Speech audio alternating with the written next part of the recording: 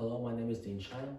I'm presenting my project on improving the precipitation distribution around synthetic tropical cyclone tracks using radar, peak Clipper precipitation model, and deep learning. According to Mendel and others, in 2017, hurricanes Harvey, Irma, and Maria alone inflicted $220 billion in losses, highlighting the destructive potential of tropical cyclones. To make things worse, according to Oscar Guzman and Chen, tropical cyclone rainfall rates are expected to increase in the future, increasing their destructive potential. This makes it more important than ever to improve tropical cyclone risk assessment models, which rely on synthetic tropical cyclones that extend the current tropical cyclone track data set by tens of thousands of years, providing more training data to these tropical cyclone risk assessment models. Currently, statistical models like the peak Clipper are being used to provide the precipitation estimates around these synthetic tracks. But the only problem is that their predictions are rather simple and don't capture the complexities observed in real precipitation data. This brings up the question, can AI be used to improve precipitation estimates around synthetic tropical cyclones compared to the statistical models currently being used?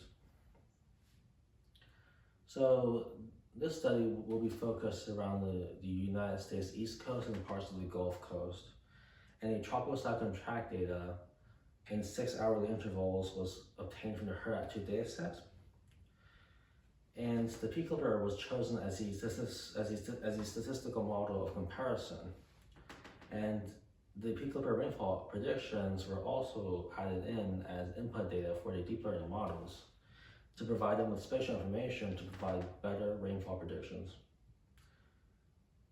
And the real precipitation data was obtained from the MRMS dataset from years 2004 to 2011 and 2015 to 2022. And to match the MRMS data with the tropical cyclone track data, the MRMS data was converted to 6 hourly accumulated rainfall.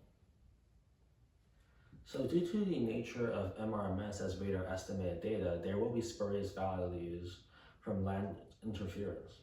And so a filter was developed and scanned over the MRMS dataset that would remove precipitation values that deviate too much from the mean. After the dataset was complete, the conditional WGAN-GP model, or the Wasserstein Generative Adversarial Network model with gradient penalty, the conditional program model, or the conditional progressive GAN model, and the conditional style GAN models were chosen as the A models. And the evaluation metrics were chosen to be mean squared error, mean absolute error, percentage mean absolute error, threshold inception distance, and structural similarity index measure scores, with the SSIM score being the most complex direct comparison between the real and the model predicted rainfall data. And the AM models were compared with the peak Clipper. So here, it can be observed that the WGAN-GP is able to comfortably outperform the peak Clipper. Although it can also be observed that the mean rainfall predicted by the WGAN is lower and is always lower than the peak Clipper, so suggesting some under-prediction. Here, the higher the SSIM score, the better the model predictions are. And the lower the FID scores, the better the prediction quality is for the models. And here, the FID score, the WGAN is able to outcompete the peak Clipper in, while the SSIM scores are tied in. Here are the 6 hourly precipitation accumulation of the model predicted rainfall versus the real rainfall.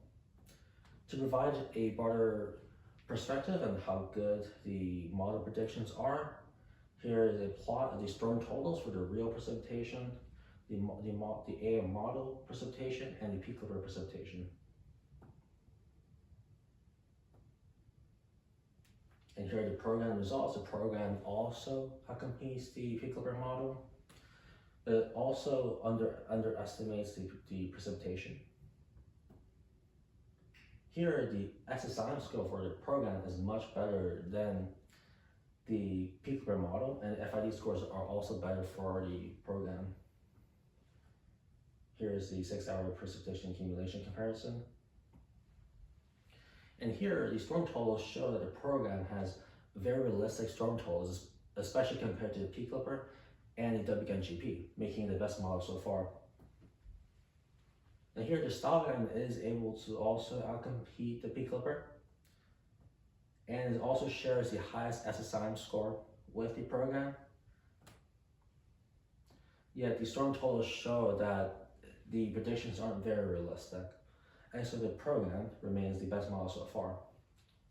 And so in general, the generative AI models outperform the P Clipper, with the program being the best model, although the models do tend to underpredict and underestimate the precipitation, especially in the extreme regions. And so the future work can include creating a hybrid model that encourages these generative AI models to predict rainfall extremes. It might also help to separate the tropical cyclones between the Gulf Coast and the East Coast to account for regional differences in their precipitation distribution in their tropical cyclones. So after developing a tropical cyclone data set, the WGP, the program, and Cyclone models were trained and compared, and all the generative AI models outperformed the P Clipper, with the program being the best, sharing the highest SSIM score with the Cyclone model, but also having the most realistic storm totals. And so the goal of this research is to improve the precipitation estimates for tropical cyclone risk assessment models to help improve them with better training data. And all of this is to help enhance tropical cyclone preparedness and help to increase damage mitigation efforts, helping to save lives. Thank you for listening to my presentation.